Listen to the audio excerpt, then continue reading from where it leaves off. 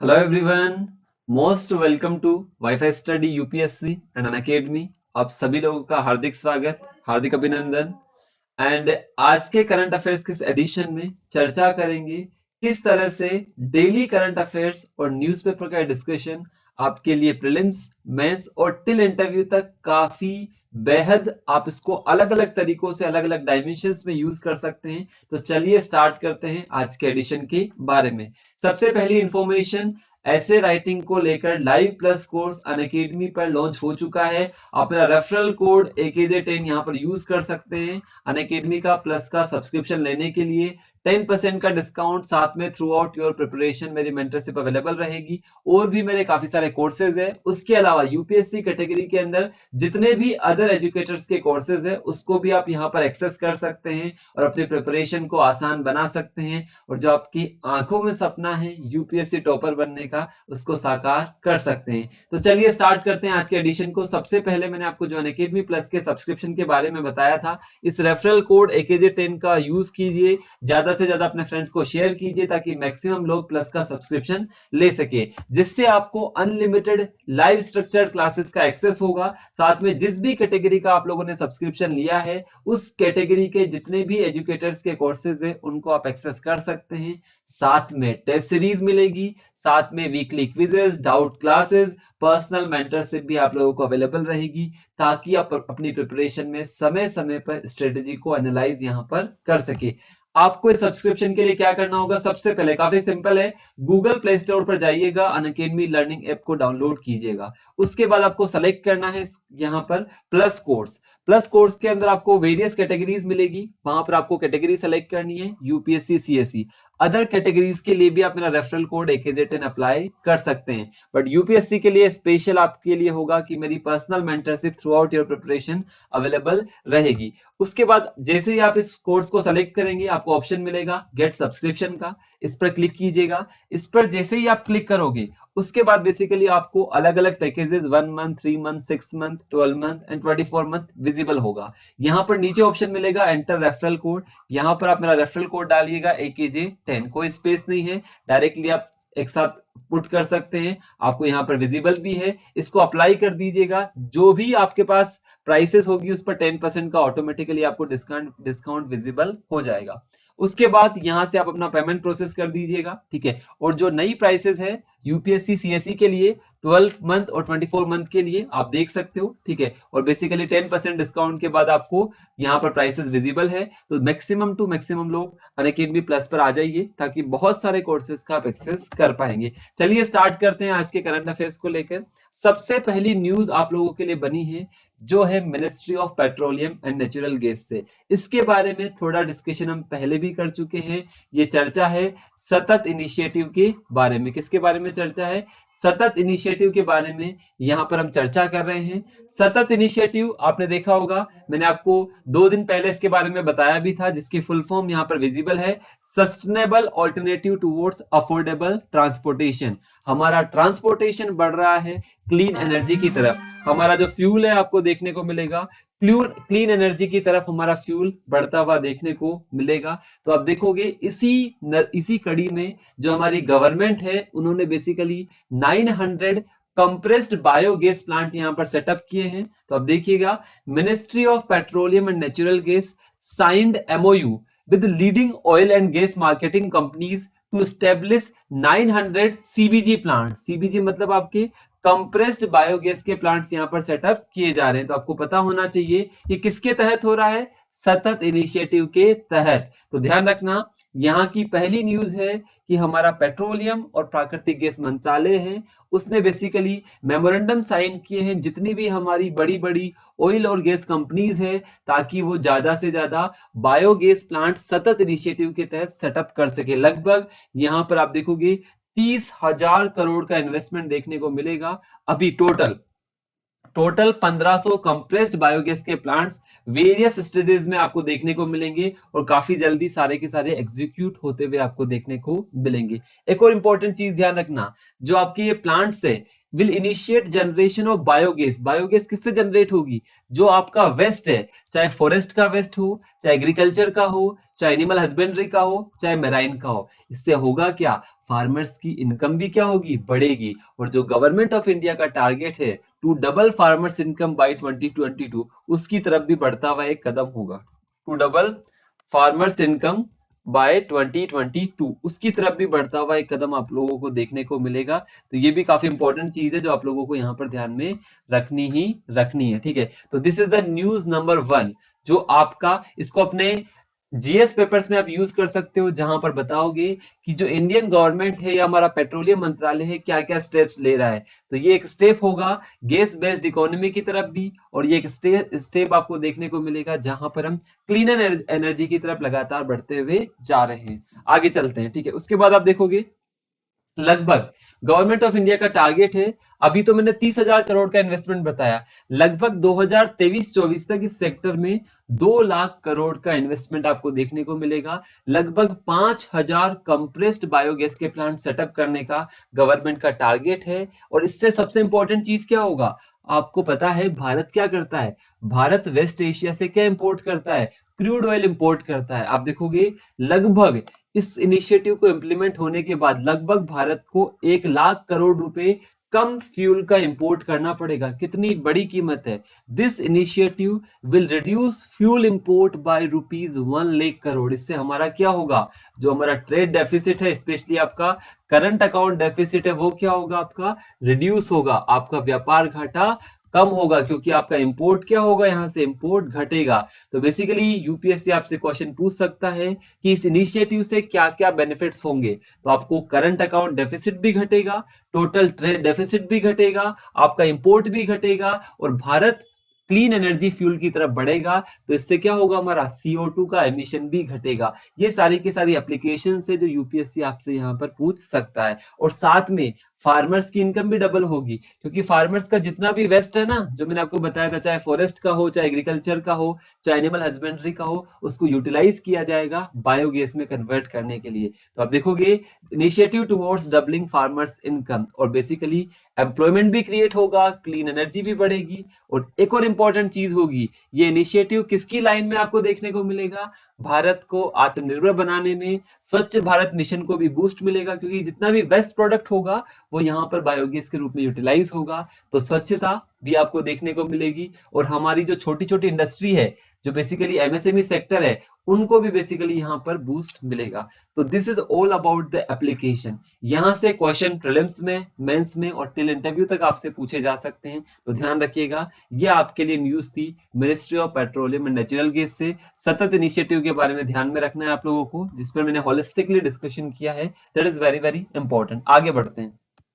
उसके बाद next news थी जो बेसिकली फार्मर्स को लेकर कुछ इनिशिएटिव गवर्नमेंट ऑफ इंडिया ने चलाए हैं, उसके बारे में गवर्नमेंट ऑफ इंडिया ने कुछ डेटा रिलीज किया है। देखा जाए तो गवर्नमेंट ऑफ इंडिया ने अपनी बड़ाई यहाँ पर की है कि गवर्नमेंट ऑफ इंडिया ने कितना काम यहाँ पर किया है। तो सबसे पहला केसीसी किसान क्रेडिट कार्ड को लेकर, ठीक है, यहाँ पर गवर्नमेंट ने बोला है कि लगभग बेसिकली 157.44 लाख एलिजिबल फार्मर्स का बैंक ने बेसिकली केसीसी इश्यू किया है। ठीक है, कितने अमाउंट सेक्शन किया गया है? लगभग 1,43,262 करोड़ रुपए 2 फेजेस के अंदर टोटल सैंक्शन यहां पर किया गया है। ठीक है, तो ये न्यूज थी कि किसान क्रेडिट कार्ड गवर्नमेंट काफी इजीली किसानों को इश्यू यहां पर कर रही है। दूसरी थी आपकी प्रधानमंत्री मत्स्य संपदा योजना, जिसको बोलते हैं PMMSY, प्रधानमंत्री मत्स्य संपदा योजना। ठीक है, यहां पर बेसिकली कितने प्रपोजल फ्रॉम 21 स्टेट्स सैंक्शन की गई है, जो टोटल राशि 1681 करोड़ रुपए के आसपास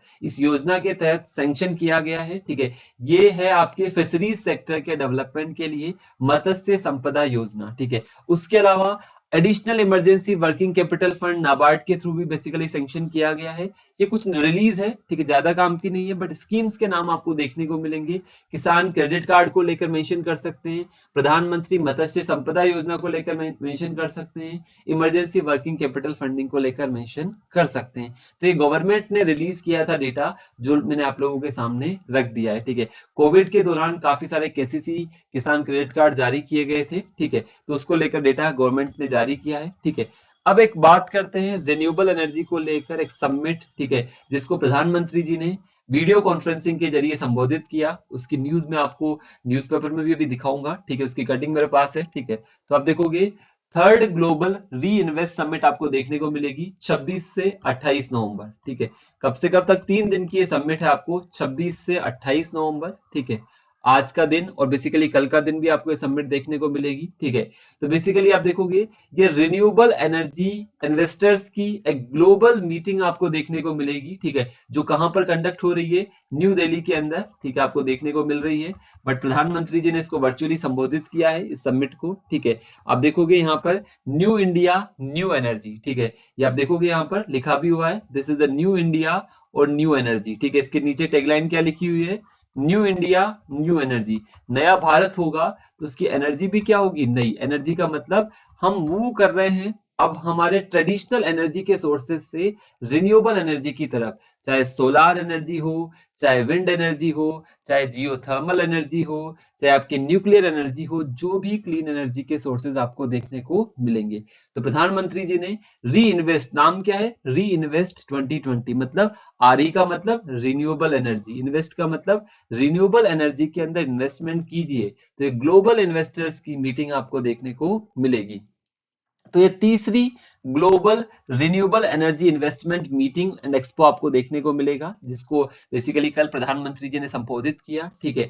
26 से 28 नवंबर के बीच में ये समिट ऑर्गेनाइज की जा रही है, ठीक है, कल एंड हो जाएगी, जहां पर बात की जा रही है रिन्यूएबल के बारे में, ठीक है। किस प्रकार से यहाँ पर तीनों चीजें हैं, मैन्युफैक्चरर्स को लेकर, इन्वेस्टर्स को लेकर, इनोवेटर्स को लेकर, किस प्रकार से नई नई तकनीकें सेक्टर के अंदर लाई जाए। तो आपको ध्यान रखना है, इसका आप मेंशन कर सकते हो अपने आंसर्स के अंदर, री इन्वेस्ट समिट। री इन्वेस्ट मतलब आपका रिन्यूएबल एनर्जी के अंदर इन्वेस्ट कीजिए, that is the third global investors meet related to the renewable या नव्यकरणीय ऊर्जा। इसको भी आप मेंशन कर सकते हो। आज कुछ टेक्निकल रीजंस की वजह से हमारी लाइव क्लास नहीं हो पाई, तो आप लोगों को मैं रिकॉर्डेड वीडियो यहाँ पर अवेलेबल करवा रहा हूँ, ताकि आप सब लोग आज के करंट अफेयर से भी अपने आप को अपडेट कर सके, ठीक है। आगे बढ़ते हैं।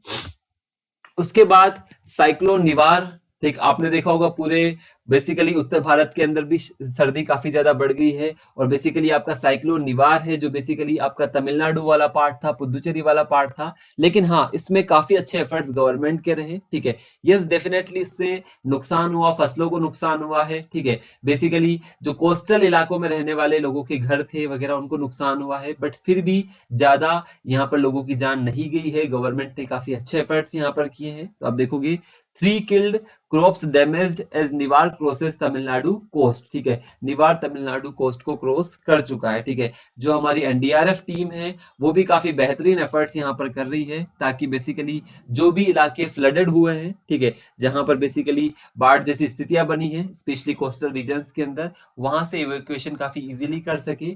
तो बेसिकली काफी अच्छा एफर्ट्स इसको लेकर रहा है, ठीक है। और इसके बारे में हमने डिस्कशन कर लिया है साइक्लोन निवार के बारे में, ठीक है, इसके नोमेनक्लेचर के बारे में, और मैंने आप लोगों को क्वेश्चन भी दिया था, आप लोगों को ध्यान हो, एक क्वेश्चन तो दिया था ट्रॉपिकल साइक्लोन्स के फॉर्मेशन के रीजंस को लेकर, और दूसरा क्वेश्चन मैंने आपको दिया था कि बंगाल की खाड़ी में आने वाले जो चक्रवात है उनकी तीव्रता क्यों ज्यादा होती है, और साथ में क्यों फ्रिक्वेंटली वहां पर आते हैं rather than Arabian Sea. I hope आप सब लोगों ने उसका आंसर भी लिखा होगा। शॉर्ट में आप आंसर भी दे सकते हैं कमेंट बॉक्स के अंदर, ठीक है। वीडियो जब अपलोड हो जाएगा तो कमेंट बॉक्स के अंदर आप आंसर दे सकते हैं शॉर्ट में कि क्यों आपके बे ऑफ बंगाल में आने वाले साइक्लोन की तीव्रता ज्यादा होती है, इंटेंसिटी ज्यादा होती है, और काफी फ्रिक्वेंटली देखने को मिलते हैं as compare to Arabian Sea. और जो फर्स्ट क्वेश्चन था, what are the reasons behind the formation of tropical cyclone, दोनों का शॉर्ट में आंसर लिखकर आप कमेंट बॉक्स में डाल सकते हैं, ठीक है। मैं आप डेफिनेटली सारे आंसर्स को रीड करूंगा। ओके, आगे बढ़ते हैं, ठीक है। उसके बाद वापस से एक डिबेट चालू हो गई है, आज के द हिंदू में भी आपको देखने को मिलेगी, द इंडियन एक्सप्रेस में भी देखने को मिलेगी। अभी मैंने आपको कल डिस्कस किया था कि basically 80th all India presiding officers की कॉन्फ्रेंस, जिसको प्रधानमंत्री जी ने संबोधित किया, ठीक है, जितने भी हमारे प्रिजाइडिंग ऑफिसर्स है, ठीक है, लोकसभा, राज्यसभा और सारी की सारी विधानसभाओं के जितने भी हमारे प्रिजाइडिंग ऑफिसर्स है, अध्यक्ष है, ठीक है, उनकी बेसिकली जो मीटिंग ऑर्गेनाइज की गई थी, और मैंने आपको बताया था ये काफी लंबा अरसा 1921 से ये स्टार्ट हुई थी, और बेसिकली अभी इसका 100वां एनिवर्सरी हम मना रहे हैं।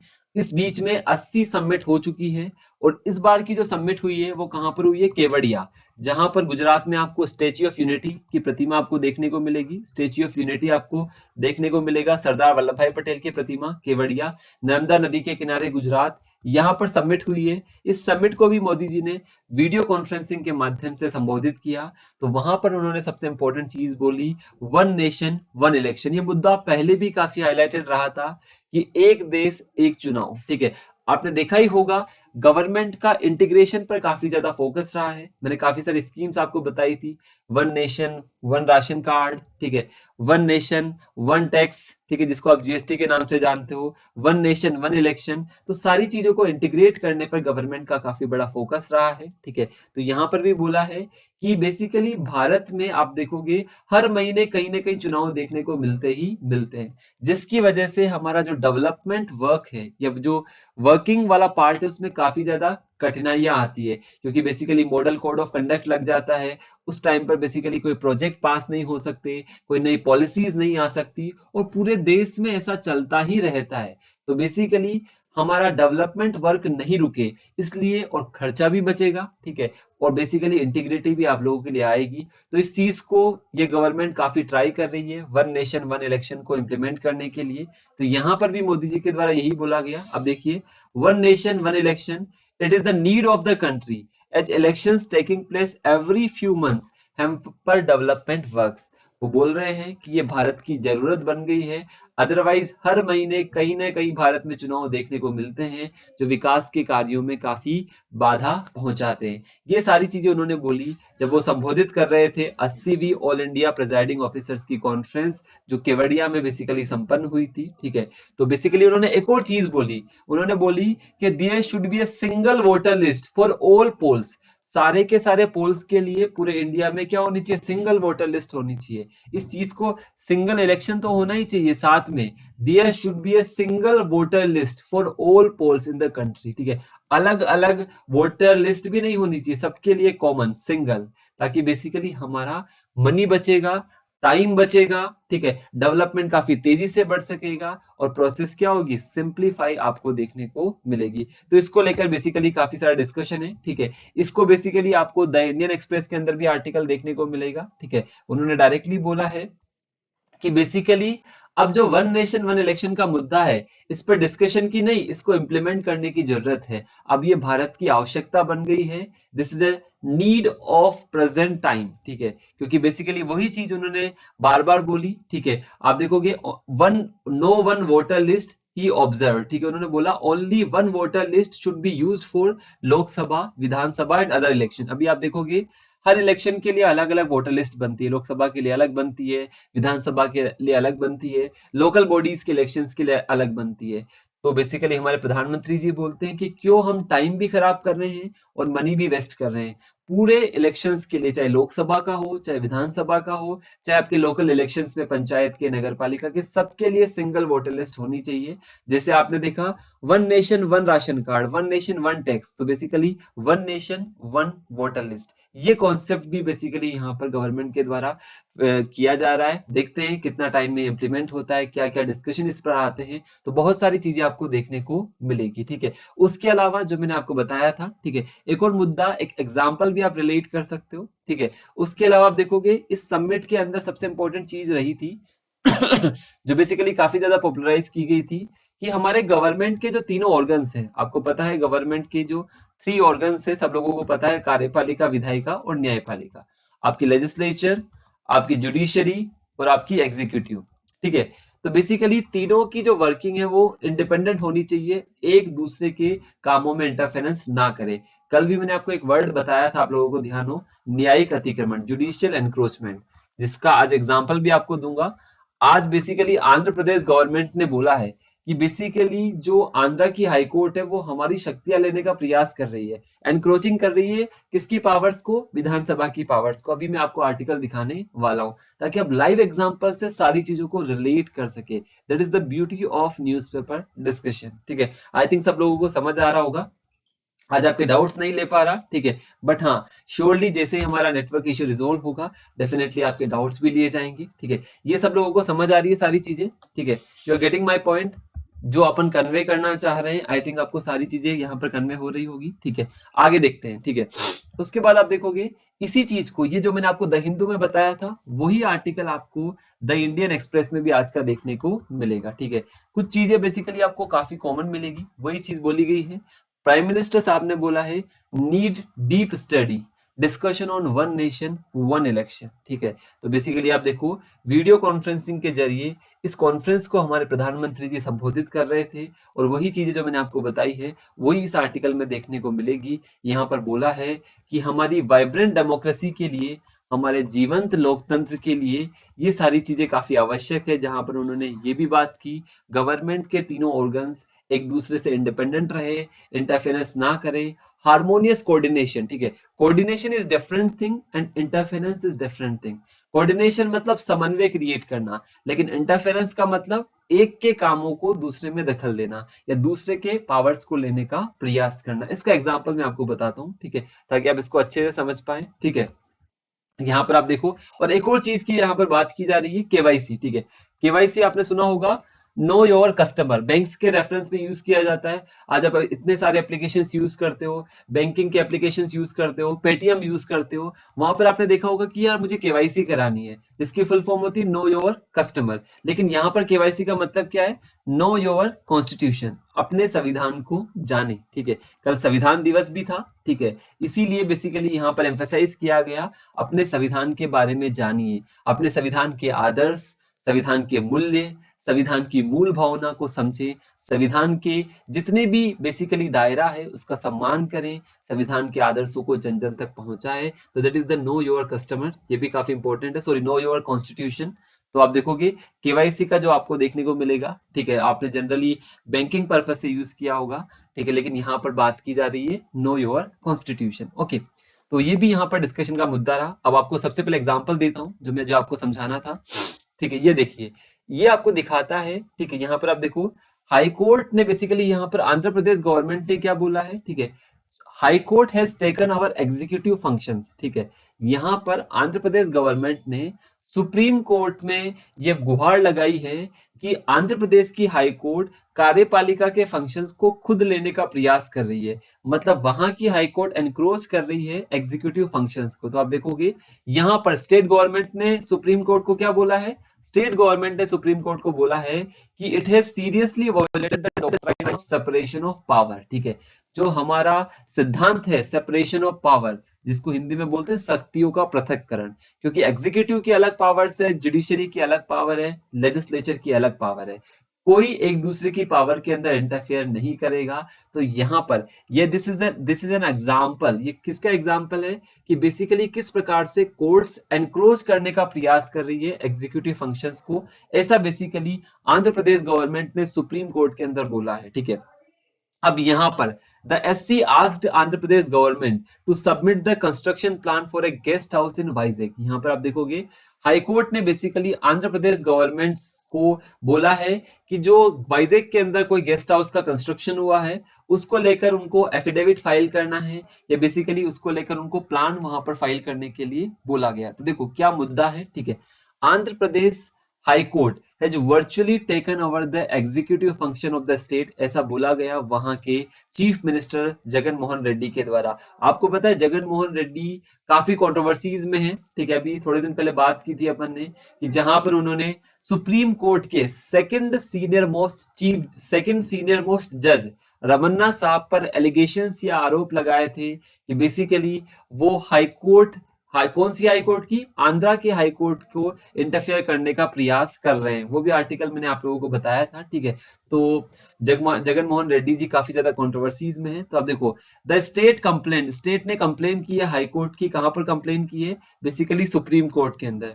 बोला गया है कि assumed for itself the power to decide even something is innocuous, ठीक है।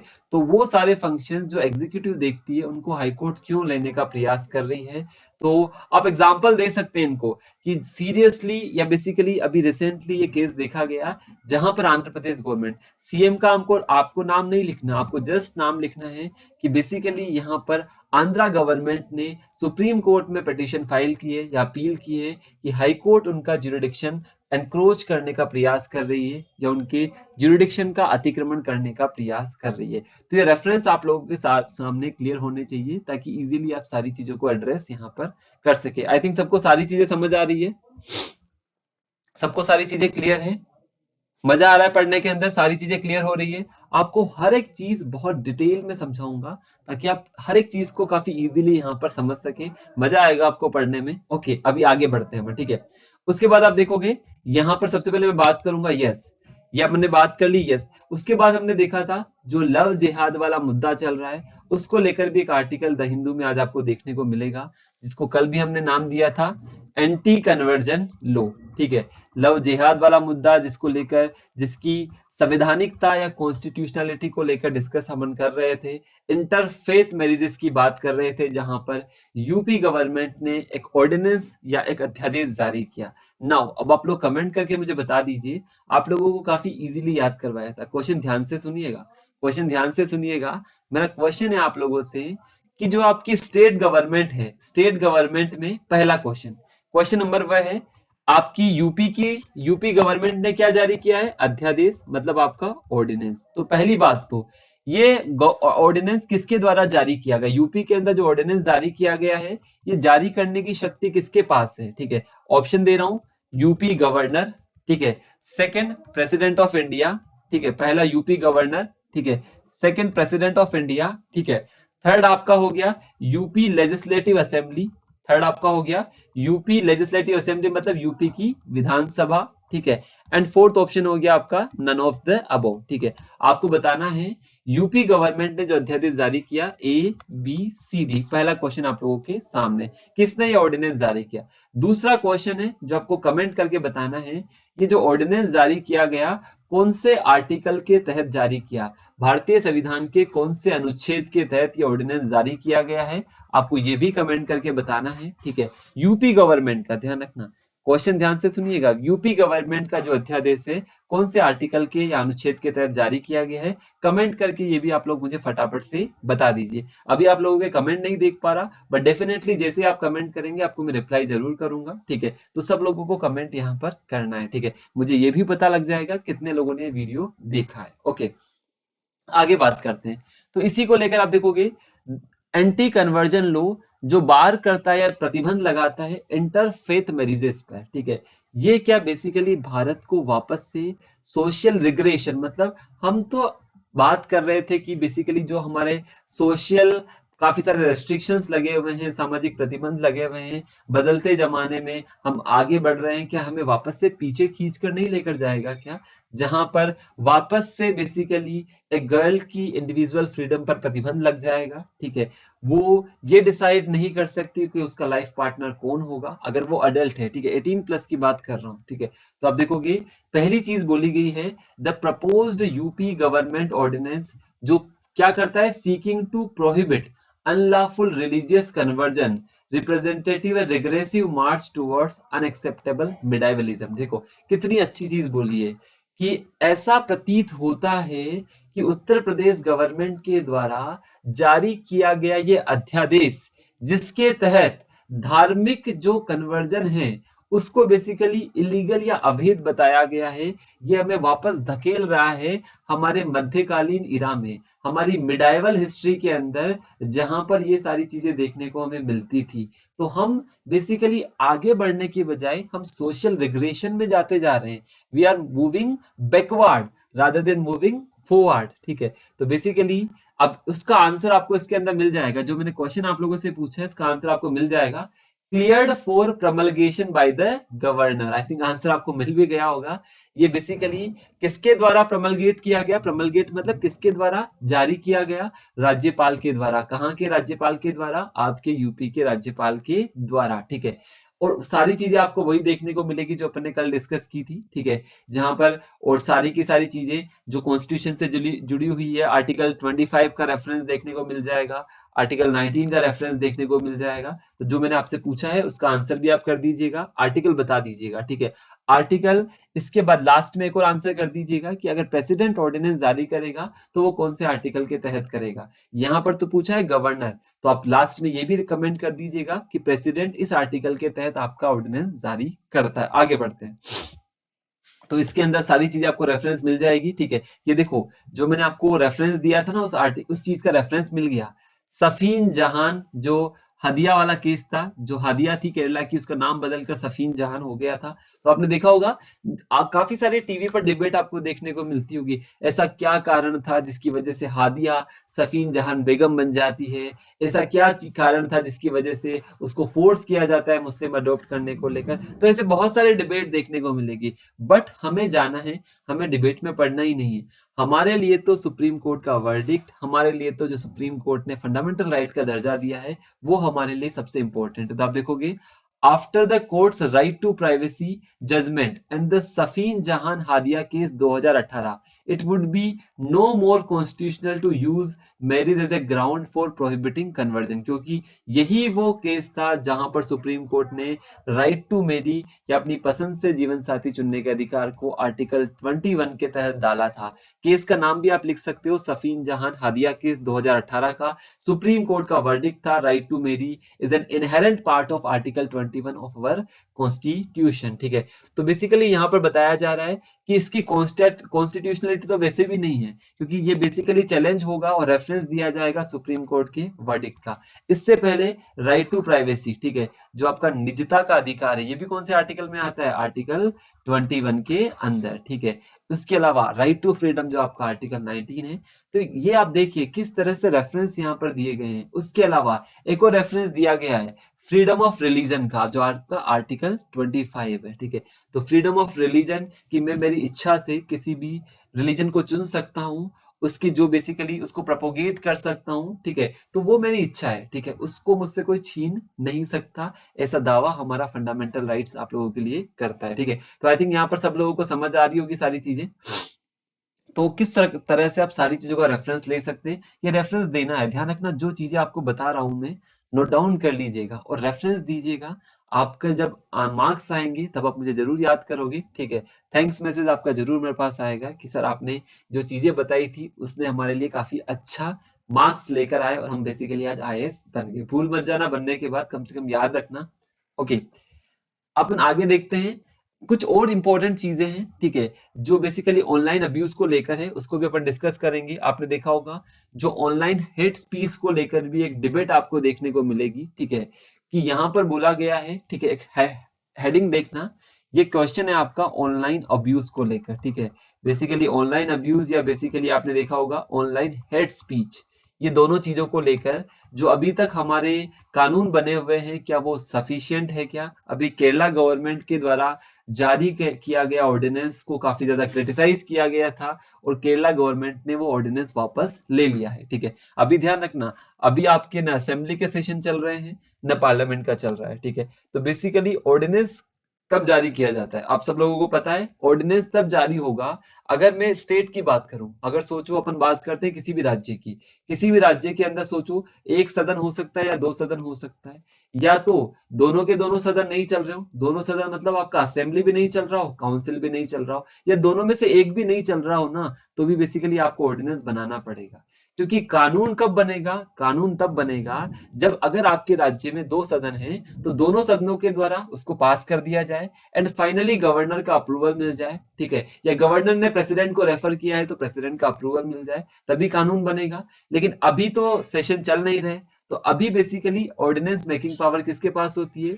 ऑर्डिनेंस जारी गवर्नर करता है, बट किसकी रिकमेंडेशन पर? Recommendation of council of ministers, ठीक है। तो ये पॉलिटी की चीजें हैं, ठीक है। ये भी मैंने काफी अच्छे से मेरी स्पेशल क्लासेस के अंदर डिस्कस की है, आप वहां पर सारी चीजें देख सकते हैं। अब देखिए आगे, आप देखोगे यहाँ पर, ठीक है, यहाँ पर बात की गई है are tougher laws answer to check online abuse, ठीक है, जो ऑनलाइन अब्यूज देखने को मिल रहे हैं, क्या जितने ज्यादा रूल्स हम स्ट्रिक्ट करेंगे, क्या वो उस पर चेक्स एंड बैलेंसेस लगा देंगे क्या? इसको लेकर एक डिबेट आपको देखने को मिली। इसको लेकर देखो, पहला एग्जांपल क्यों देखने को मिला, क्योंकि अभी जो केरला गवर्नमेंट है, ठीक है, उन्होंने बेसिकली एक ऑर्डिनेंस जारी किया था, जिसने बेसिकली सारी की सारी पावर्स किसको देती थी? पुलिस को क्या पावर दे दी थी? टू अरेस्ट एनीवन, किसी को भी पुलिस अरेस्ट कर सकती है जो बेसिकली एक्सप्रेस करेगा या डिसेमिनेट करेगा एनी मैटर जो डिफेमेटरी हो। डिफेमेटरी मतलब बेसिकली किसी की भावनाओं को आहत पहुंचाएगा। तो ये जो ऑर्डिनेंस, क्योंकि ये अगेंस्ट फ्री स्पीच माना गया, क्योंकि डायरेक्टली यहाँ पर केरला गवर्नमेंट ने एक ऑर्डिनेंस जारी किया और उसमें बोला कि अगर कोई भी अपनी भावनाओं को एक्सप्रेस करेगा या बेसिकली उसको बताएगा किसी भी ऐसे मैटर पर जो डिफेमेटरी है, किसी की इज्जत को, किसी को आहत पहुंचाता है, तो उसको बेसिकली पुलिस बिना किसी चीज के अरेस्ट कर सकती है। पुलिस को सारी की सारी पावर्स यहाँ पर दे दी, ठीक है। इस मूव के बाद बेसिकली इसको काफी सारा क्रिटिसाइज किया गया। उसके बाद केरला गवर्नमेंट ने इस ऑर्डिनेंस को वापस ले लिया। लेकिन केरला गवर्नमेंट ने वापस तो ले लिया, लेकिन डिबेट यहाँ पर स्टार्ट हो गई, ठीक है। क्या डिबेट स्टार्ट हो गई? क्या सेंट्रल गवर्नमेंट के द्वारा बनाए गए नियम ऑनलाइन अब्यूज या ऑनलाइन हेट स्पीच को रोकने के लिए पर्याप्त है क्या? ठीक है, डिबेट स्टार्ट हुई। The principal argument of the Kerala government in bringing this law, ठीक है, क्योंकि केरला गवर्नमेंट इस लॉ को इसलिए लेकर आई क्योंकि सेंट्रल गवर्नमेंट के द्वारा जो कानून अभी बनाए गए हैं, क्योंकि आपको एक सेक्शन पता होगा, एक लॉ का नाम सुना होगा आपने, IT act, information technology act, और उसका जो सेक्शन 66A था, ठीक है, आप लोगों को ये पता भी होगा, जो आईटी एक्ट का सेक्शन 66A था, इसको वापस से रिवोक कर लिया गया था, जो बेसिकली ऑनलाइन अब्यूज या बेसिकली ऑनलाइन हेट स्पीच को लेकर था, ठीक है। तो उसके बाद ये डिबेट स्टार्ट हुई कि आपका आईटी एक्ट एफिशिएंट है क्या, या बेसिकली जो ये लेजिस्लेशन है, या क्या सोशल मीडिया अब्यूज पर या साइबर क्राइम पर इफेक्टिवली डील कर पा रहा है क्या? तो उसको लेकर एक डिबेट यहाँ पर क्रिएट हुई, ठीक है। इस डिबेट का और भी मैं डिटेल में डिस्कशन आप लोगों को करूंगा, ठीक है। अभी एक बार सारे के सारे व्यू पॉइंट्स आ जाए, ठीक है, ताकि आप लोगों को काफी इजी रहेगा सारा का सारा डिस्कशन को लेकर। अभी आप लोगों को ये चीज पता होनी चाहिए कि ऑनलाइन अब्यूज या ऑनलाइन हेट स्पीच को लेकर अभी जो हमारा एक्ट आपको देखने को मिलेगा वो है इंफॉर्मेशन टेक्नोलॉजी एक्ट, लेकिन उसका जो सेक्शन था 66A, इसका केस था, आप लोगों को याद हो, श्रेया सिंघल, ठीक है, श्रेया सिंघल वाला एक केस था जिसमें कोर्ट ने इसको अनकॉन्स्टिट्यूशनल बता दिया था। उसके बाद सेक्शन 66A को रिवोक कर लिया गया, हटा लिया गया, क्योंकि ये फ्रीडम ऑफ स्पीच को कर्ब करता है, ठीक है, हमारी भाषण की अभिव्यक्ति पर काफी ज्यादा चेक्स एंड बैलेंसेस लगाता है। तो अभी जो प्रेजेंट का लॉ है, क्या वो एफिशिएंट है क्या? तो उस पर एक थोड़ा सा अपन डिस्कशन करेंगे, एक अलग से स्लाइड बनाकर या अलग से छोटा टॉपिक बनाकर, ताकि मैं डिटेल में सारे के सारे पॉइंट्स आपको बता पाऊं। अभी तो इतना टाइम है नहीं, ठीक है, अभी तो अपन सारी न्यूज कवर करते हैं, ठीक है। नाउ उसके बाद नेक्स्ट न्यूज आपको देखने को मिलेगी, हमारे फॉरेन सेक्रेटरी है हर्षवर्धन श्रृंगला, उनकी बेसिकली उन्होंने विजिट की है नेपाल के अंदर, और बेसिकली वापस से भारत और नेपाल के संबंध जो बीच में थोड़े से डाउनवर्ड देखने को मिल रहे थे, उसको वापस सुधारने का प्रयास किया जा रहा है। क्योंकि मैंने आप लोगों को एक क्वेश्चन भी करवाया था कल, आप लोगों को पता है काला पानी वाला रीजन, मैंने आपसे पूछा था कि काला पानी वाला रीजन कौन कौन सी दो कंट्री के बीच में डिस्प्यूटेड है, और आप लोगों ने आंसर भी किया था कि दैट इज द नेपाल, जिसके बीच में काला पानी वाला रीजन आपको डिस्प्यूटेड देखने को मिलेगा। तो अब देखोगे, foreign secretary Harshvardhan Shringla reached Kathmandu on Thursday, जो कि नेपाल की कैपिटल है, ठीक है, which has been caught in a bitter boundary dispute. आप देखोगे इस पर आपसे ऐसे भी लिखवाया जा सकता है, बाउंड्री डिस्प्यूट आज बेसिकली भारत के लिए काफी अहम मुद्दा है, चाहे पाकिस्तान के साथ हो, चाहे चाइना के साथ हो, चाहे नेपाल के साथ हो, ठीक है, चाहे बेसिकली बांग्लादेश के साथ हो, बाउंड्री डिस्प्यूट भारत के लिए सबसे बड़ी टेंशन बना हुआ है, ठीक है। और स्पेशली आप देखो विद इंडिया रिगार्डिंग द काला पानी रीजन, ठीक है, काला पानी वाला रीजन जो वहां पर आपको टेरिटोरियल डिस्प्यूट आपको देखने को मिलेगा, ठीक है। तो अब देखोगे जो हमारे फॉरेन सेक्रेटरी साहब है, जो हमारे विदेश सचिव साहब हैं, उन्होंने मुलाकात की नेपाल के विदेश सचिव से और डिस्कशन किया बॉर्डर डिस्प्यूट्स को लेकर, ठीक है। उसके अलावा आप देखोगे जो दवाई है रेमडेसिविर, जिसको हमने म्यांमार को भी दिया था, आप लोगों को ध्यान हो तो मैंने आपसे एक क्वेश्चन भी पूछा था, जब भारत ने ये दवाई बेसिकली म्यांमार को दी थी, तो अभी आप देखोगे फॉरेन सेक्रेटरी हर्षवर्धन श्रृंगला, उन्होंने हैंडल किया है, मतलब बेसिकली नेपाल को दिया है हमने 2000 vials of remdesivir to Nepal. ठीक है, तो बेसिकली आप लोगों को पता है ये दवाई हमने म्यांमार को भी दी थी और रेमडेसिविर नामक दवाई हमने नेपाल को भी दी है। ये बेसिकली हमारे सॉफ्ट एफर्ट्स है, these are the soft efforts, जहां पर हम हमारे नेबरहुड कंट्रीज की हेल्प करते हैं। This is a kind of medical help, जहां पर अपन मेडिकल सप्लाई वहां तक पहुंचा रहे हैं जो चीजें हमारे पास है और बेसिकली अभी कोविड के टाइम पर सबसे ज्यादा जरूरत है। तो ये चीज हमने वहां पर भी दी है। उसके अलावा काफी सारी चीजों पर चर्चा हुई है, जैसे नेपाल इंडिया रिलेशंस को लेकर आप देख सकते हो, ये सारे के सारे आपको एम्बेड देखने को मिलेंगे, चाहे ट्रेड को लेकर हो, चाहे आपकी कनेक्टिविटी को लेकर हो, इंफ्रास्ट्रक्चर को लेकर हो, एनर्जी, एग्रीकल्चर, इन्वेस्टमेंट, ठीक है, पीपल टू पीपल रिलेशंस, ये सारे के सारे पार्ट है जो India China sorry Nepal India relations में काफी महत्वपूर्ण भूमिका निभाते हैं। ठीक है, तो ये बेसिकली आर्टिकल था जो द हिंदू के अंदर देखने को मिलेगा, जहां पर इंडिया ट्राई कर रहा है to mend ties with Nepal, वापस से नेपाल के साथ रिलेशंस को इंप्रूव करने को लेकर। ठीक है, तो ये भी आप लोगों को यहाँ पर ध्यान होना चाहिए। ओके, आगे बढ़ते हैं। उसके बाद जो अभी मैंने आपको बात की थी कि मोदी जी ने जो हमारी री इन्वेस्ट समिट हो रही है, तीसरी री इन्वेस्ट समिट है 2020 में, उसको वीडियो कॉन्फ्रेंसिंग के माध्यम से संबोधित किया, जो बेसिकली भारत के ब्राइट फ्यूचर के लिए काफी अहम कदम आप लोगों को देखने को मिलेगा। आप देख सकते हैं prime minister Narendra Modi speaking during the inauguration of the global renewable energy investment summit, जिसको अपने क्या नाम दिया था, री इन्वेस्ट मतलब ग्लोबल एनर्जी के अंदर जो इन्वेस्टमेंट समिट है, ठीक है, न्यू दिल्ली के अंदर। ठीक है, तो यहाँ पर बात किया जा रहा है, ठीक है, मोदी जी ने बोला है कि रिन्यूएबल एनर्जी सेक्टर में 20 बिलियन डॉलर का पोटेंशियल है। ठीक है, क्या बोला गया है कि इंडिया का जो रिन्यूएबल एनर्जी का डिप्लॉयमेंट प्लान है, ठीक है, आप देखोगे यहाँ पर बेसिकली 20 बिलियन डॉलर का पोटेंशियल देखने को मिल रहा है, ताकि मोदी जी अट्रैक्ट कर रहे हैं इन्वेस्टर्स यहाँ पर आके हमारे लिए क्या करे, इन्वेस्ट यहाँ पर करे। तो अब देखोगे Modi invites investors and businesses to join India's unparalleled journey, ताकि बेसिकली भारत की जो रिन्यूएबल एनर्जी को लेकर जर्नी देखने को मिल रही है उसको सब लोग ज्वाइन करें और इस इनिशिएटिव को और भी आगे बढ़ाएं।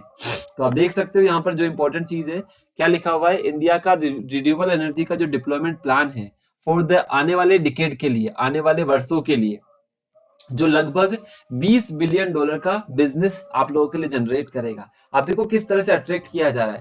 मैं सामने वाले इन्वेस्टर्स को बोल रहा हूं कि भारत के अंदर आने वाले वर्षों के अंदर हमारे रिन्यूएबल एनर्जी सेक्टर में 20 बिलियन डॉलर का पोटेंशियल है, तो आइए और निवेश कीजिए, भारत को भी समृद्ध बनाइए और आप भी समृद्ध यहाँ पर बनिए।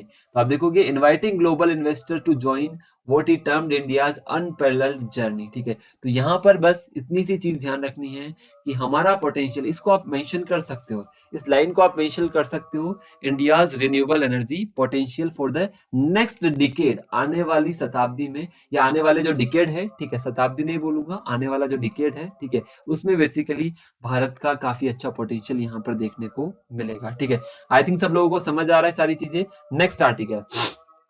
नेक्स्ट आर्टिकल आप देखोगे, नाउ चाइना कॉपी कर रहा है इंडिया को, हमने सेल्फ रिलायंट इंडिया चालू किया था, now China is moving towards Atmanirbhar China या सेल्फ रिलायंट चाइना। तो आप देखोगे with self reliance post China looks to reset ties with the world. ठीक है, तो अब आप देखोगे भारत को चाइना यहाँ पर कॉपी कर रहा है। ठीक है, काफी अच्छी चीज है, it's a proud movement for us. ठीक है, कि बेसिकली इतनी बड़ी बड़ी इकोनॉमिक पावर्स भी इंडिया को कॉपी कर रही है। ठीक है, तो आप देखो the move is to make the world more reliant on China, ये उनका किस लिए ये पासा चाइना के द्वारा फेंका गया है कि चाइना, वर्ल्ड की निर्भरता चाइना पर और ज्यादा बढ़े, विश्व और ज्यादा चाइना पर निर्भर हो, क्योंकि चाइना इतना बड़ा मैन्युफैक्चरिंग हब जो है। तो अब देखो, कॉल इट आत्मनिर्भर China, self reliance is not only the flavour of the movement in India but increasingly the phrase of choice of China. ये बेसिकली चाइना के अंदर भी फ्रेज बनता जा रहा है। अभी हम प्रमोट कर रहे हैं ना, hashtag vocal for local products, hashtag self reliant India, hashtag आत्मनिर्भर भारत अभियान, तो ये फ्रेज अब बेसिकली चाइना के अंदर भी काफी कॉमन देखने को मिल रही है। ठीक है, तो अब यहाँ पर देखोगे चाइना बोल रहा है कि हम पूरे वर्ल्ड के साथ हमारी टाइज को अब रिसेट यहाँ पर करेंगे। ठीक है, तो अब देखोगे at the heart of this push president Xi Jinping ने बेसिकली एक ऐसे पब्लिश किया था इस चीज को लेकर, जहां पर ये सारी चीजें आप लोगों को देखने को मिली कि now China is focusing on self reliance, and China यहाँ पर बोल रहा है कि किस तरह से वर्ल्ड की निर्भरता चाइना पर और भी ज्यादा बढ़ाई जाए। ठीक है, तो इन सारी चीजों को लेकर चाइना यहाँ पर एफर्ट्स कर रहा है, कोई ज्यादा वो नहीं है, जस्ट मैंने आपको बताया। ठीक है, कि किस प्रकार से ये न्यूज आपको द हिंदू में देखने को मिलेगी। ठीक है, उसके बाद आगे बढ़ते हैं। यस, आपने देखा होगा, ठीक है, जो बहुत ही फेमस फुटबॉलर या बोल सकते हैं मैजिशियन अपन बोल सकते हैं फुटबॉल के जादूगर के रूप में, जैसे आज हम ध्यानचंद को हॉकी का जादूगर बोलते हैं, वैसे ही अगर आपको फुटबॉल के जादूगर का नाम सुनना हो, जिनका नाम है डियोगो मैराडोना। ठीक है, उनका बेसिकली कल असामयिक निधन हो जाने के बाद पूरा का पूरा वर्ल्ड, ठीक है, सिर्फ अर्जेंटीना नहीं, ठीक है, पूरा का पूरा वर्ल्ड, इंडिया में भी आप देखोगे केरला ने 3 दिन का शोक व्यक्त किया है, 3 दिन का स्टेट शोक वहां पर रखा गया है केरला के अंदर। तो डियोगो मैराडोना जो बेसिकली बहुत ही famous footballer of the world आपको देखने को मिलेंगे। तो आप देखोगे Argentina mourns its Dios, Dios का मतलब पता है क्या होता है? डियोस का मतलब होता है गॉड। आप देखोगे वहां पर मैराडोना को भगवान माना जाता था। ठीक है, डियोस एक स्पेनिश भाषा का वर्ड है। कौन सी भाषा का वर्ड है? स्पेनिश भाषा का वर्ड है, जिसका मतलब होता है गॉड। तो अर्जेंटीना बेसिकली अंतिम यात्रा देखने को मिल रही है वहां के भगवान की। तो अब देखो, Maradona to be buried in the same cemetery as his parents, जहां पर उनके पेरेंट्स को दफनाया गया था वहीं पर डियोगो मैराडोना को दफनाया जाएगा। ठीक है, तो बेसिकली ये last goodbye Argentina. Argentina जो कि एक साउथ अमेरिकन कंट्री है, काफी फेमस फुटबॉल की टीम आपको देखने को मिलेगी अर्जेंटीना की। ठीक है, तो आप देखोगे यहाँ पर मैराडोना को लेकर पूरा वर्ल्ड एक तरह से शौक में है। ठीक है, जिन्होंने इतना ज्यादा फुटबॉल को दिया। ठीक है, या बेसिकली फुटबॉल इतना ज्यादा पॉपुलराइज पूरे वर्ल्ड के अंदर, सबसे फेमस स्पोर्ट्स आपको देखने को मिलेगा। ठीक है, तो बेसिकली ये काफी गर्व की बात है अर्जेंटीना के लिए कि ऐसे फुटबॉलर अर्जेंटीना से यहाँ पर निकले। ठीक है, तो ये सारा उनके बारे में आपको देखने को मिल जाएगा यहाँ पर। ठीक है, आप देखोगे यस, उनको हॉनर यहाँ पर ऑनर दिया गया। वर्ल्ड कप ट्रॉफी की एक रेप्लिका बनाई गई डियोगो मैराडोना के कास्केट के पास। ठीक है, और बेसिकली जो प्रेसिडेंशियल पैलेस है वहां पर इनको रखा गया था। ठीक है, हॉनर दिया गया, काफी बड़ा ऑनर इनको दिया गया यहाँ पर। ठीक है, डियोगो मैराडोना को। ठीक है, तो इनके बारे में और आप सब लोगों को पता होगा, बट जो इंपॉर्टेंट न्यूज थी मैंने आपको यहाँ पर बता दी। ओके, आगे बढ़ते हैं।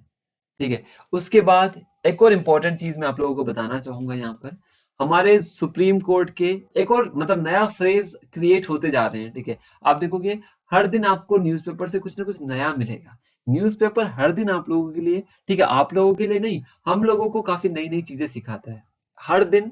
ठीक है, जितना आप लोग सीखते हैं उससे कहीं ज्यादा हम लोग डेली सीखने का प्रयास करते हैं। ठीक है, ध्यान रखना, सिर्फ आप लोग ही नहीं सीखते, हम भी हर दिन अपने आप को सिखाते हैं। ठीक है, बेसिकली छोटी छोटी चीज कई दिन आप लोग हमें सिखाते हो। ठीक है, ध्यान रखना, लर्निंग एक ऐसी एक्टिविटी है तो जिंदगी भर चलती रहेगी। लर्निंग में कोई छोटा कोई बड़ा नहीं है, कभी कभी एक छोटे से बच्चे से भी काफी इंपॉर्टेंट चीज सीखने को मिलती है। ठीक है, तो लर्निंग एक ऐसी एक्टिविटी है जो आप लोगों को लाइफ टाइम सिखाती रहेगी। तो आप देखोगे एक नया वर्ड आपको देखने को मिलेगा जहां पर बोला कि कोविड के दौरान, ठीक है, हमारे सुप्रीम कोर्ट के चीफ जस्टिस ऑफ इंडिया बोलते हैं कि कोविड के दौरान एक नई टाइप की इनइक्वालिटी क्रिएट हुई है।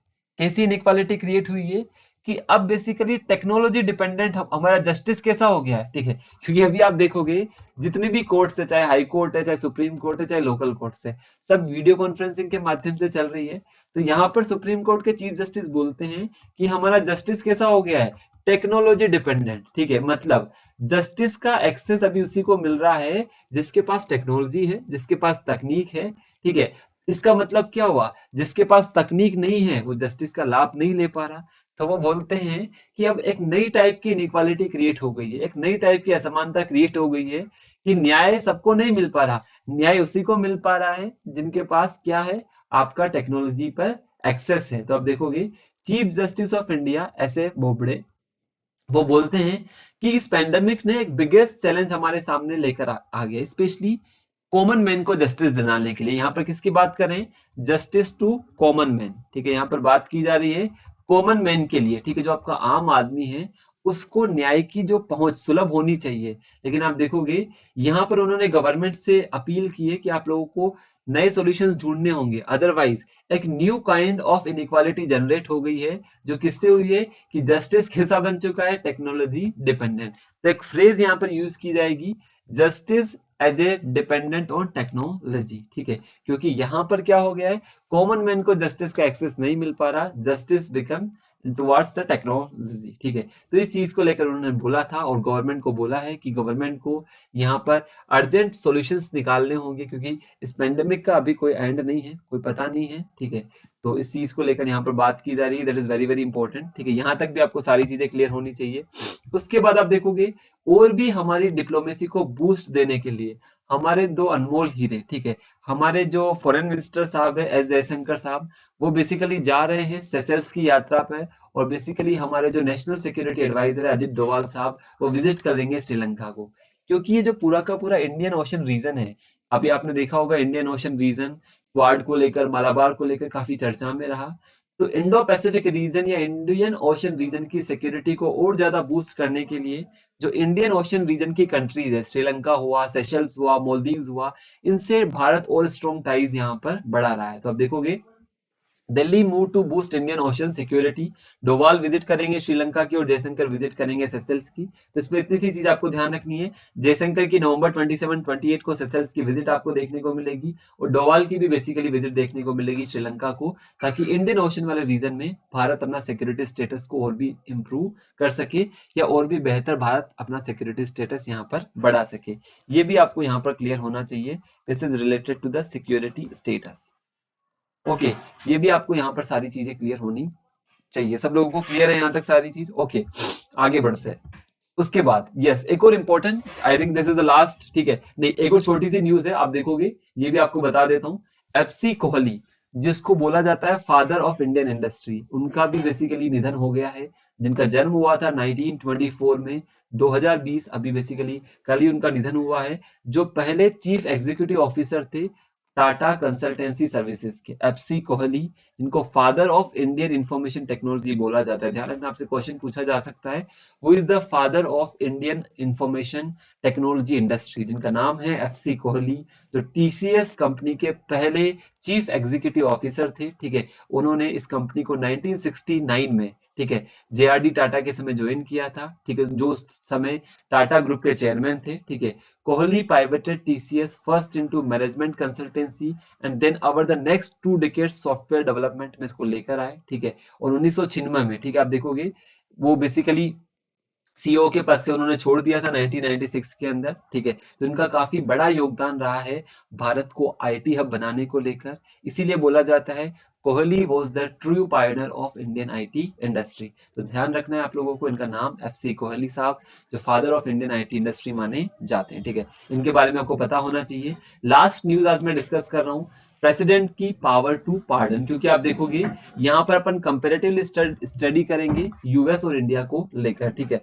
आई थिंक आज अपने पास इतना टाइम नहीं है, तो इसका एक छोटा सा शॉर्ट वीडियो आप लोगों के लिए बना दूंगा, मैं 15 मिनट्स में कवर कर दूंगा कि यूएसए और इंडिया के जो प्रेसिडेंट है उनकी पार्डनिंग पावर को लेकर क्या डिफरेंस मिलेगा।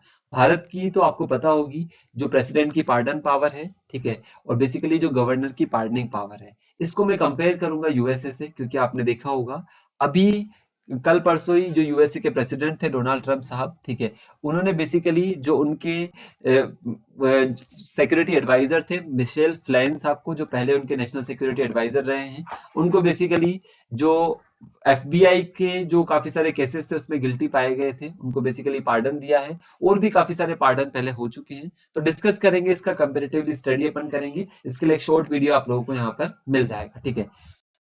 एक और न्यूज जो अपन ने डिस्कस करी थी लक्ष्मी विलास बैंक के बारे में, जिस पर मोरेटोरियम इंपोज कर दिया गया था, अब सारी लिमिट्स हटा दी गई है।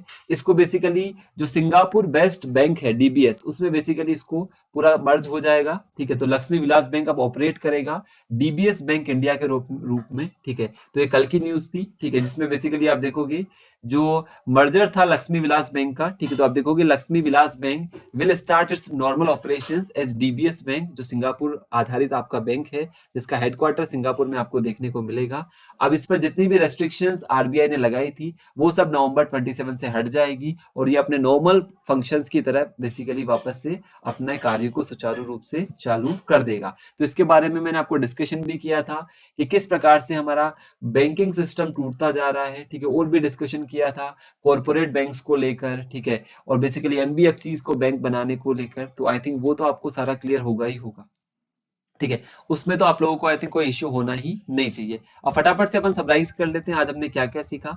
बहुत सारी इंपॉर्टेंट न्यूज आप लोगों के लिए मैंने कवर करी है। ठीक है, ये अराउंड 1 आवर का जो डिस्कशन था, सबसे पहले हमने सीखा एक इनिशिएटिव के बारे में जिसका नाम था सतत इनिशिएटिव, जिसके तहत आप देखोगे जो हमारी पेट्रोलियम और नेचुरल गैस मिनिस्ट्री है लगातार कंप्रेस्ड बायोगैस प्लांट सेटअप कर रही है। लगभग 30,000 करोड़ रुपए का इन्वेस्टमेंट देखने को मिलेगा और 2023-24 तक ये लगभग 2 लाख करोड़ के आसपास का इन्वेस्टमेंट देखने को मिलेगा। 5,000 कंप्रेस्ड बायोगैस के प्लांट सेटअप हो जाएंगे। काफी सारे फायदे हैं, हमारा फ्यूल इंपोर्ट कम हो जाएगा, क्लीन एनर्जी की तरफ इंडिया बढ़ेगा, फार्मर्स की इनकम डबल हो जाएगी। ठीक है, एम्प्लॉयमेंट बढ़ेगा यहाँ पर। ठीक है, बूस्टिंग एमएसएमई सेक्टर को बूस्ट मिलेगा, आत्मनिर्भर भारत को बूस्ट मिलेगा, स्वच्छ भारत सेक्टर को बूस्ट मिलेगा। ठीक है, इस पर चर्चा की, कुछ स्कीम्स के बारे में बताया जो किसान के लिए, किसान क्रेडिट कार्ड, प्रधानमंत्री मत्स्य संपदा योजना के बारे में, री इन्वेस्ट समिट 2020 जिसमें बेसिकली अपन डिस्कशन कर रहे हैं रिन्यूएबल एनर्जी में इन्वेस्टमेंट को लेकर। मोदी जी ने बोला है कि आगामी आने वाले वर्षों में भारत में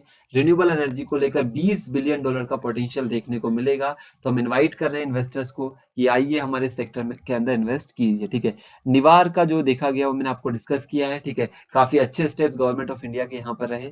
सबसे इंपॉर्टेंट मुद्दा था वन नेशन वन इलेक्शन को लेकर, और दूसरा कि बेसिकली जो आपकी वोटर आईडीज होती है, वोटर आईडी नहीं बोलूंगा, जो आपका वोटर लिस्ट है वो हर इलेक्शन के लिए सेम होनी चाहिए। ऐसा नहीं लोकसभा के लिए अलग, विधानसभा के लिए अलग, लोकल बॉडीज के लिए अलग, आपकी वोटर आईडी क्या हो, सिंगल वोटर लिस्ट में आपका नाम हो। ठीक है, ये जो आपकी सबमिट हुई थी केवड़िया के अंदर ऑल इंडिया प्रेजाइडिंग ऑफिसर्स की कॉन्फ्रेंस, उसमें सारी चीजें मोदी जी ने वीडियो कॉन्फ्रेंसिंग के द्वारा बोली। ठीक है, कुछ केसेस न्यायिक अतिक्रमण को लेकर भी थे जो मैंने आपको दिखाया हाईकोर्ट को लेकर। ठीक है, ये वाला जो लो था अपना यूपी गवर्नमेंट का ऑर्डिनेंस, यहाँ पर 2 सवाल भी मैंने आप लोगों से पूछे हैं, सब लोग कमेंट करके जरूर बताइएगा ताकि आप सब लोग इजीली यहाँ पर आंसर कर पाए। ओके, उसके अलावा ठीक है, यहाँ पर हमने डिस्कशन किया, इसको भी एक मुद्दा बनाकर डिस्कस करेंगे, ऑनलाइन अब्यूज और हेड स्पीच को लेकर पूरी डिटेल्स आपको समझाऊंगा 1 बाय 1। थोड़ा सा टाइम चाहिए होगा, इसको भी अपन डेफिनेटली अलग से डिस्कस करेंगे। ये मुद्दा हमने डिस्कस किया, हाई कोर्ट किस तरह से एग्जीक्यूटिव के फंक्शंस ले रही है। आंध्र प्रदेश गवर्नमेंट ने सुप्रीम कोर्ट में गुहार लगाई है और बेसिकली हाई कोर्ट के लिए बोला है कि वो सेपरेशन ऑफ पावर्स का उल्लंघन यहाँ पर कर रही है। ठीक है, फॉरेन सेक्रेटरी साहब की विजिट हुई है नेपाल में ताकि बेसिकली नेपाल के साथ संबंधों को सुधारा जा सके। रेमडेसिविर भी बेसिकली नेपाल को सप्लाई की गई है जिससे हमने म्यांमार को किया था। ठीक है, रिन्यूएबल एनर्जी समिट के बारे में मैंने आपको बताया, चाइना भारत की कॉपी कर रहा है, सेल्फ रिलायंट चाइना की तरफ बढ़ रहा है। ठीक है, उसके बाद अर्जेंटीना ने वहां के जो सबसे बड़े लीजेंड थे, ठीक है, डियोगो मैराडोना, उनको खो दिया है, उनका सामयिक निधन यहाँ पर हो गया है, पूरा वर्ल्ड उसके लिए शोक में है। ठीक है, उनके बारे में मैंने आपको यहाँ पर बताया। ठीक है, उसके अलावा सुप्रीम कोर्ट के चीफ जस्टिस ऑफ इंडिया ने बोला है एक नई टाइप की इनइक्वालिटी आपको देखने को मिल रही है, that is the technology dependent. हमारा जस्टिस कैसा हो गया है, तकनीकी पर पूरी तरह से निर्भर हो चुका है। गवर्नमेंट को उन्होंने निर्देश यहाँ पर दिए हैं। हमारे 2 रत्न डोवाल साहब विजिट करेंगे श्रीलंका की, जयशंकर साहब विजिट करेंगे सेशेल्स की, ताकि इंडियन ओशन रीजन में सिक्योरिटी को और भी ज्यादा ब्रीफ अप किया जा सके। ठीक है, इस टॉपिक को भी अलग से अपन सेपरेट शॉर्ट वीडियो में डिस्कशन करेंगे। आईटी इंडस्ट्री के लीजेंड या father of IT industry FC Kohli साहब का यहाँ पर निधन हो गया है, जो बेसिकली टीसीएस कंपनी के पहले चीफ एग्जीक्यूटिव ऑफिसर थे। Okay, and Lakshmi Vilas bank पर लगने वाली सारी की सारी रिस्ट्रिक्शंस हटा ली गई है। आरबीआई ने लक्ष्मी विलास बैंक के डीबीएस बैंक में मर्जर को अप्रूव कर दिया है। अब Lakshmi Vilas bank DBS bank के रूप में कार्य करेगा, जो कि सिंगापुर आधारित एक बैंक है।